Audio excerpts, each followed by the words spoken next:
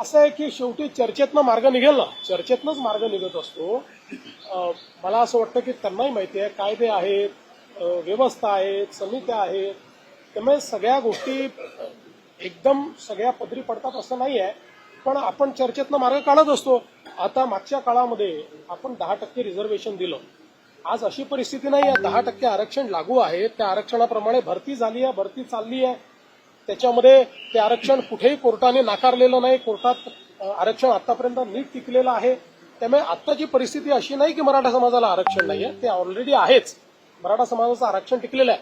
पण एक गोष्ट मात्र निश्चित आहे की वेगवेगळे पक्ष जे या संदर्भात सोयीची भूमिका घेत आहेत, त्या पक्षांना माझं आव्हान आहे की सोयीची भूमिका घेऊ नका.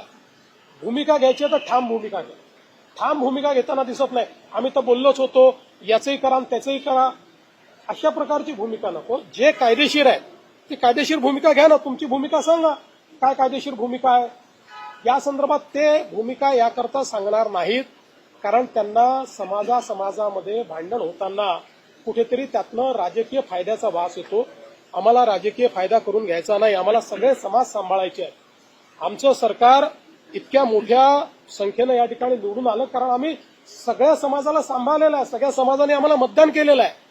त्याच्यामुळे आम्हाला सगळ्यांना सांभाळावं लागेल. सगळ्यांना सांभाळून सगळ्यांचे ॲस्पिरेशन्स जे आहेत ते ॲस्पिरेशन्स कसे पूर्ण करता येतील हे आम्हाला प्रयत्न करायचा आहे.